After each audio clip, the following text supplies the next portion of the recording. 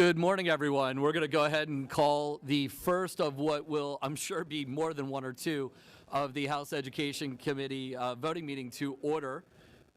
Before we get started, I'd like to welcome everybody, especially Rep. Young, back to the hardest working committee in the Pennsylvania General Assembly, and the Education Committee.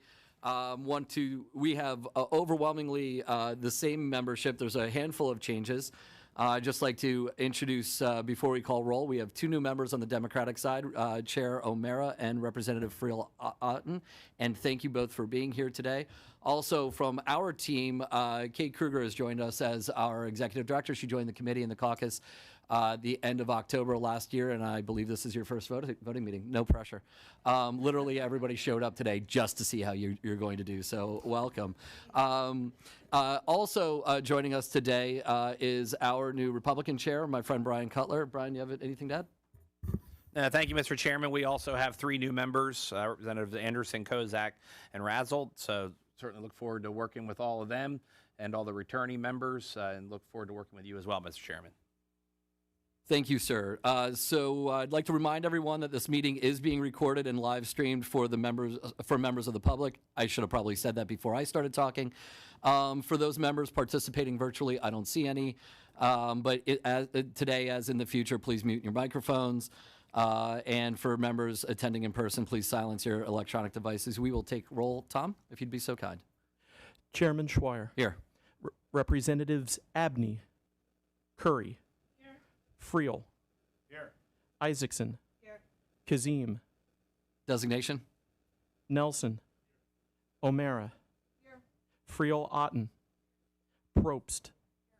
Prokopiak. Here. Smith Waddell. Designation. Takak. Young. Chairman Cutler. Present. Representatives Anderson. Cooper. Diorsi. Gleim. Kozak. McKenzie. Ortitai. Razzle. Schlegel. Shalaba. Watro. Quorum is present. Thank you, sir. For the record and for the members' notice, pursuant to House Rule 44, the committee shall operate pursuant to the standard committee operating rules. These operating rules are found in Rules 1C to 4C. This is the same way that we operated last year, so this shouldn't be a surprise to anybody.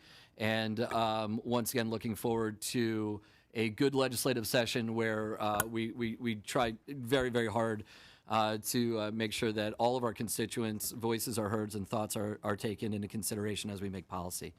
But again, having established quorum, we're going to consider two bills and one resolution on today's agenda.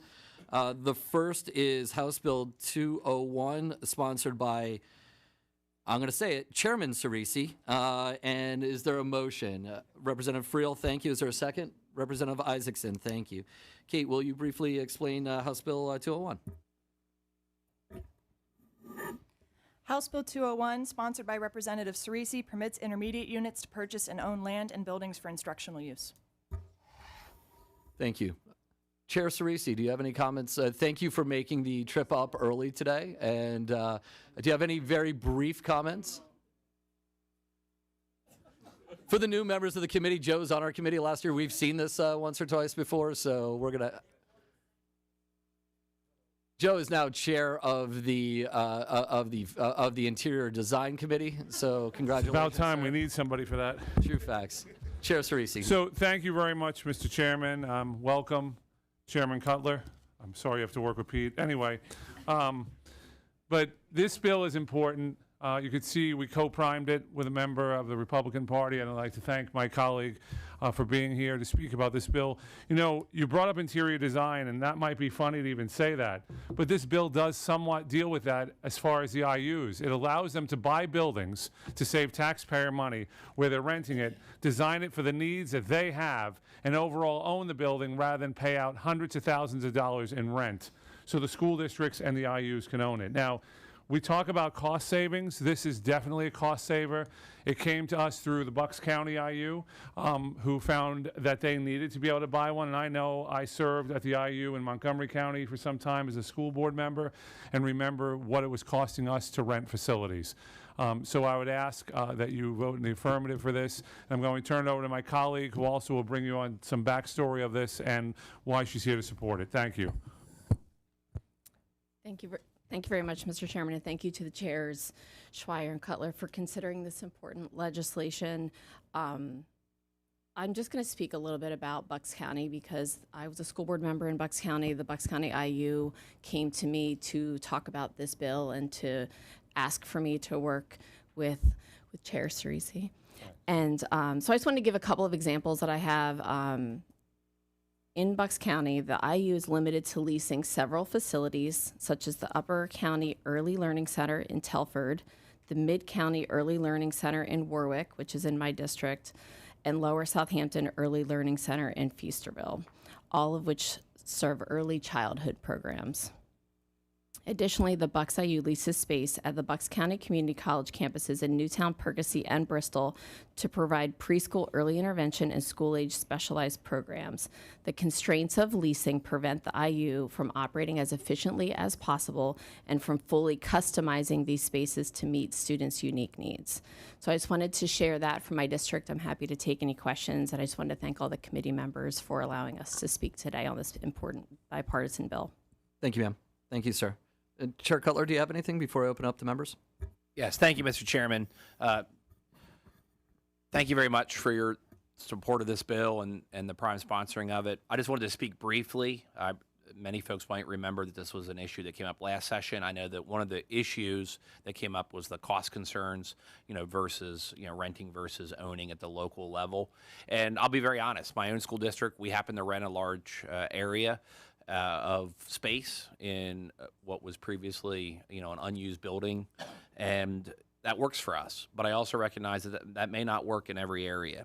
I recognize that owning property can come with unexpected expenses that, might surprise folks, but it also, quite frankly, limits the customization that you talked about, Representative Marcel, when you rent a piece of property. Ultimately, I'll be supporting this legislation today, just as I did last session, because I think it's important to that local control also comes with local financial responsibility. Those are the individuals that are closest to the community. They understand their needs, they understand the financial impact, and ultimately I trust them to make that best decision.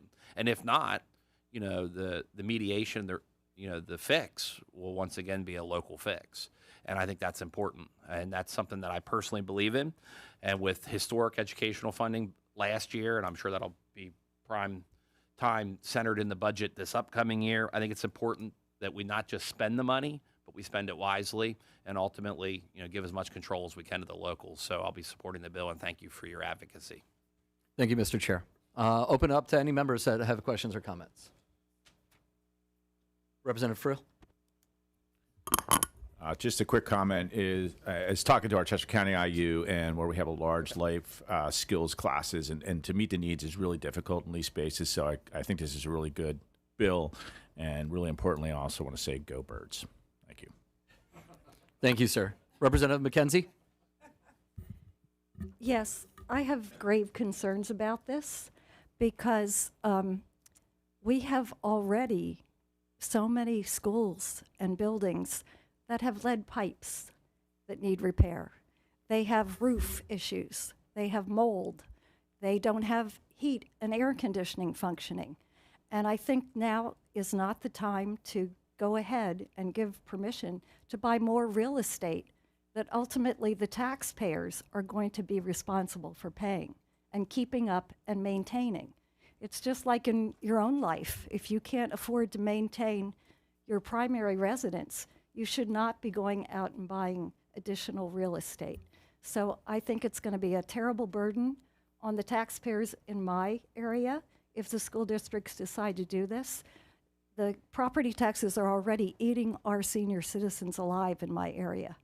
And I think this is a faulty fix for something. Maybe in wealthy Bucks County, you can afford to do it. But in a lot of other areas, it would be detrimental to the taxpayers. So I'm going to have to vote no.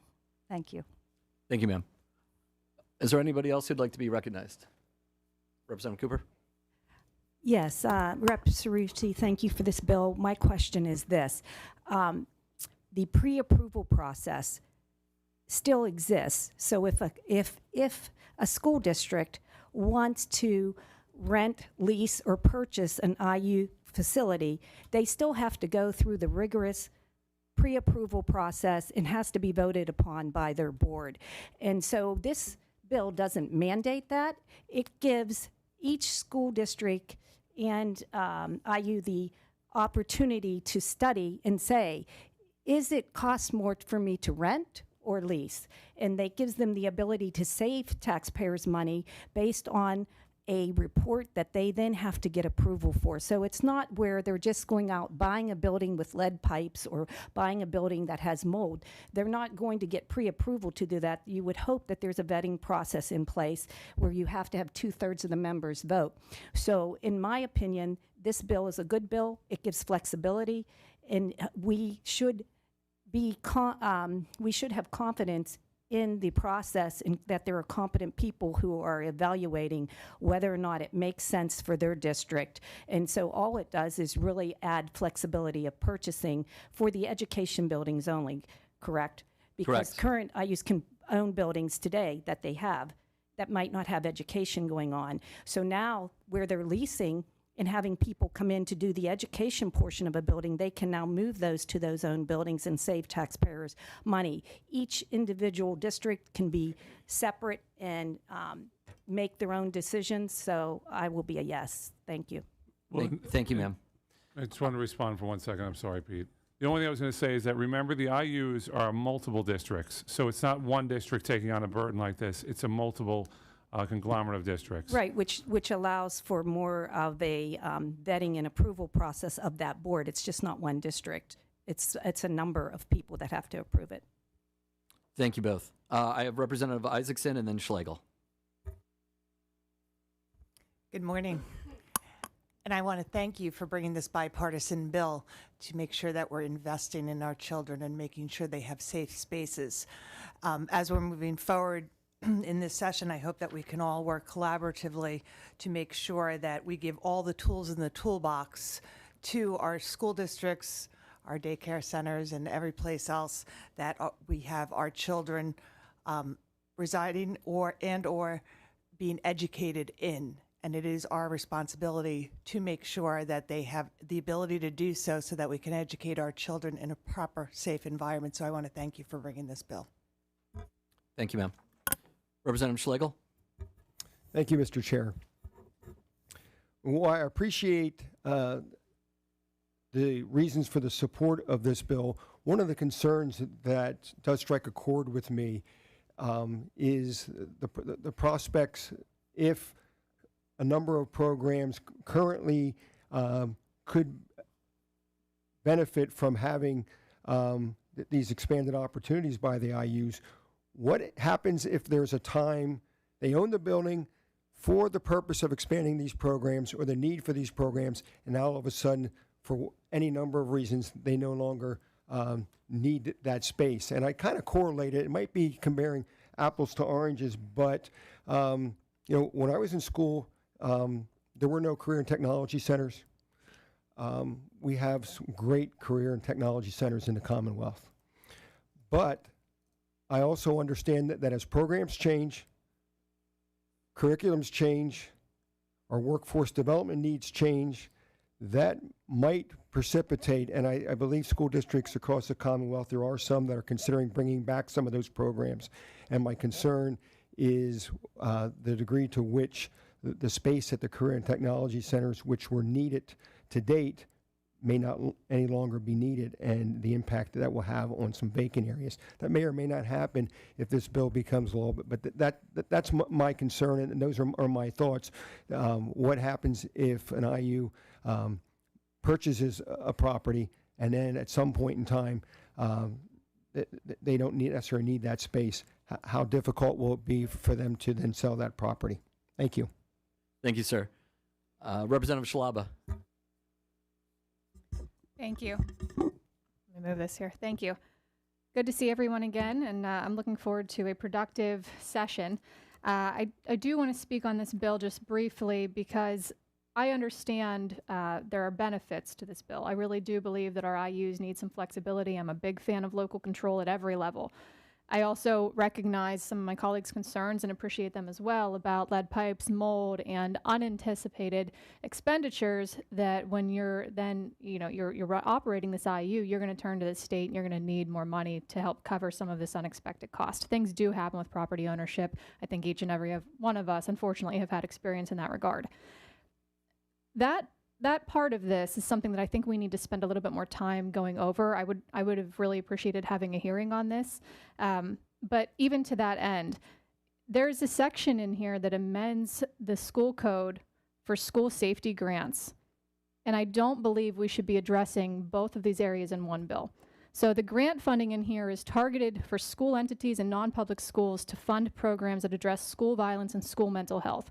In the last 2 years that I've served on this committee, I have been blessed to be able to dig into a lot of these grant opportunities, grant programs that have been funded through PCCD's School Safety Security Committee, and also through other types of programs like CUTH. We had success last year in getting rid of CUTH, which did not, although it's under this unassailable concept of trying to help students' mental health, it did not provide transparency. It completely excluded parents to the extent that PDE canceled that contract. There is no reason we need to be talking about school safety grants, mental health grants whenever we're trying to address an IU issue.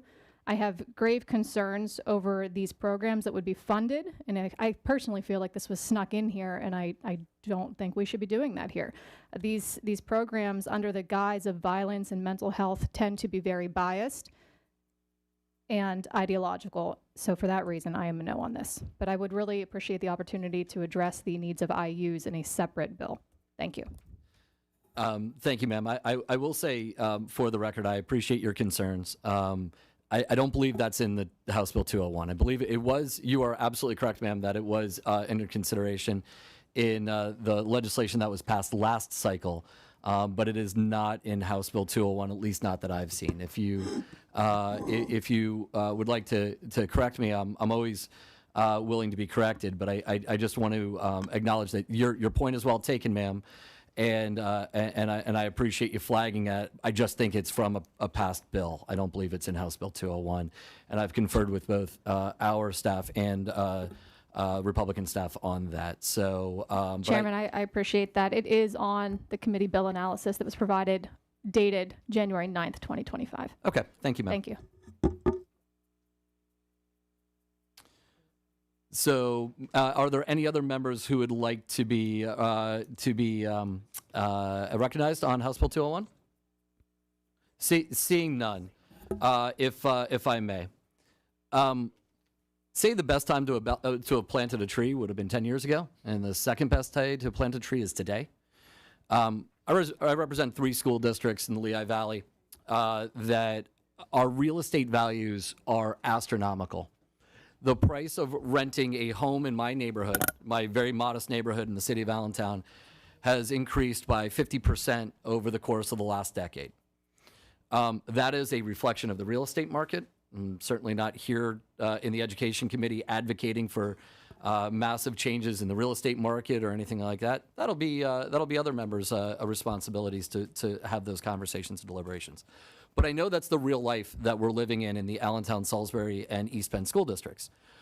And having talked to my IU, having talked to many of my superintendents who are struggling to help our IU continue those increased cost of rents for their facilities, it really would have been nice if 10 years ago we would have been able to buy these properties. Our costs would be significantly lower today had we done that. And so it's my contention that by giving IUs flexibility, again, there's no mandate here, by giving IUs this flexibility, there is a long-term cost containment, which is something that I think is a bipartisan goal in the House to help protect taxpayers, not just today, but 10 years from now, 20 years from now. I know the Lehigh Valley is not the only area of Pennsylvania that's seeing increased real estate costs across the board. And just for that reason, in addition to the many other good reasons that were cited about the unique nature of students that are being educated in the IUs, the unique needs that the IUs have to provide to educate those students. I think anybody who's visited the IUs in the Lehigh Valley would know just the remarkable amount of work that's being done there. And as a result, I think this is a very good step forward in helping us come up with a myriad of ways where local school districts, local regions can work collaboratively and save money for all of our taxpayers. With that, I'm going to ask for an affirmative vote. And Tom, if you'll be so kind as to call the roll, or call the vote, please. Chairman Schweier. Yes. Representatives Abney, Curry, Friel, Isaacson, Kazim, Yes by designation. Nelson, O'Mara, Friel Otten, Probst, Prokopiak, Smith Waddell, Yes by designation. Takak, Yun, Chairman Cutler, Representatives Anderson, Cooper, Yes. Diorsi, Gleim, Kozak, McKenzie, Ortitai, Razel, Schlegel, Shalaba, Watro. The yeas are 20, the nays are 6. House Bill 201 passes. Thank you, sir. House Bill 201 was reported from the Education Committee as reported, not as such. Joe, why don't you just hang out for a second? We'll bring you up for H.R. 9, but we're going to move forward to House Bill 190, sponsored by Representative Ortitai. Do we have a motion? Chair Cutler? Thank you. Yes. And seconded by Representative O'Mara. Thank you. Kate, if you'll take a second to explain the bill. House Bill 190, sponsored by Representative Ortitai, adds a new section to the school code to require the Department of Education, along with the Department of Health, to develop educational information and make recommendations for eating disorder awareness and education to parents, guardians, and key school personnel. Thank you. Representative Ortitai, if you'd like to make some comments on the bill, and then we'll go ahead and consider any amendments. Thank you, Mr. Chairman. I promise to be brief. I think this is the third round on this bill. It passed out of the House last session. We've been working on this now for about 5 years. I think a lot of parents, when they're looking for information, they usually start with the school, so we thought that would be the best place to house this information on eating disorders, especially as social media has exploded over the last decade. Putting together a task force, and I know that'll be in the amendment as well, is a helpful tool so we know what information can be disseminated and make sure that it is good, solid information for all of our school districts to have out there. And on that end, I also want to say thank you to Martha and Emily, who have been working with me on this bill for the last 5 years, who have had their own stories and run-ins with eating disorders with their kids and themselves personally. So on that note, I'll respectfully request a yes and also be supporting the amendment. Thank you, sir. Moving on to the amendment, there is Amendment A00006, sponsored by Representative Curry. Kate, will you please explain the? Oh, actually, I'll make the motion to consider. Representative Curry will second. Thank you. Kate, can you explain the amendment, please? A00006, offered by Representative Curry, lists the PA Department of Health as the lead agency rather than the Department of Education.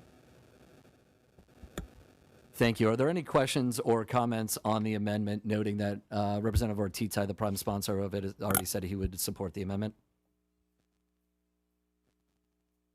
Seeing none, do we need a roll call, sir, on the amendment? Chairman, Yes, ma'am. I'm sorry. I'm sorry you didn't see me. I'm sitting Oh, I here. didn't. I'd like I'm to sorry. make a comment. Yeah, I apologize. Representative Curry. That's okay. My apologies, ma'am. No problem. Thank you, Chairman, and thank you to the maker of the bill. This amendment simply makes the Department of Health the lead agency instead of the Department of Education. The Department of Health will be better prepared to develop the guidelines and materials regarding eating disorders, which the Department of Education can then disseminate. This will make the bill stronger and also ensure the most up-to-date guidance regarding eating disorders reaches students, parents, and guardians. I urge all of my colleagues for a yes vote. Thank you, Chairman. Thank you, ma'am, and my apologies again. Are there any other questions? We'll take a roll call on the amendment, but are there any questions or comments on it? Seeing none, Tom, if you'll take the roll, please. Chairman Schweier, Yes. Representatives Abney, Curry, Friel, Isaacson, Kazim, Yes by designation.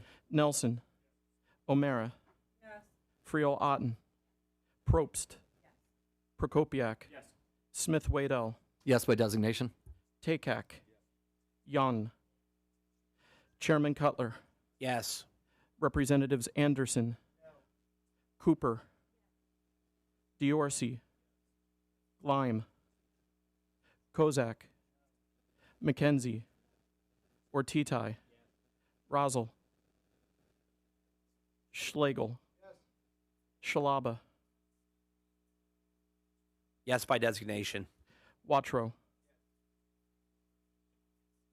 The yeas are 21, the nays are 5. The amendment passes. Thank you. Then we will move on to the bill as amended. Are there any questions or comments on the bill as amended? Seeing none, roll call vote, please. Chairman Schweier, Yes. Representatives Abney, Curry, Friel, Isaacson, Kazim, Yes by designation. Nelson, O'Mara, Friel Otten, Probst, Prokopiak, Smith Waddell, Yes by designation. Takak, Young, Chairman Cutler, Yes. Representatives Anderson, Cooper, Diorsi, Gleim, Kozak, McKenzie, Ortitai, Rosel, Schlegel, Shalaba, No by designation. Watro.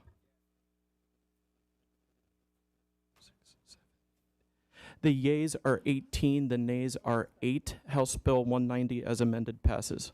Thank you, sir. And this bill is reported from the House Education Committee as amended. Moving on to House Resolution 9. Is there a motion to consider House Resolution 9 sponsored by Representative Cerisi? Representative Probst, thank you. Is there a second? Representative O'Mara, thank you, ma'am. Kate, will you please explain the resolution? House Resolution 9, sponsored by Chairman Cerisi, designates the month of January 2025 as School Director Recognition Month in Pennsylvania. Thank you. Chair Cerisi, are you still here? It was quiet, I wasn't sure. Trying to turn over a new leaf, Somehow I don't believe you, sir. at least for the last hour. Thank you, sir. Thank you. So I want to take a minute just to talk about this resolution and the importance of it. For those in this room who have served on school boards, and I know there's a few people in here who have, they know that we, as former school board members, would hear the worst of the community and also the best of the community. We would hear from students who were in programs that advanced their lives and students who looked at programs and said, what do we do that for? And they felt it wasted their time. But we do a lot of resolutions, and a lot of resolutions just go under the table. With this resolution, I would ask that each and every one of you reach out to your local school boards and thank them for their service, thank them for their time and energy. I know I spent 12 years on a board, and it wasn't just 12 years. It was countless hours every day, every week, every year.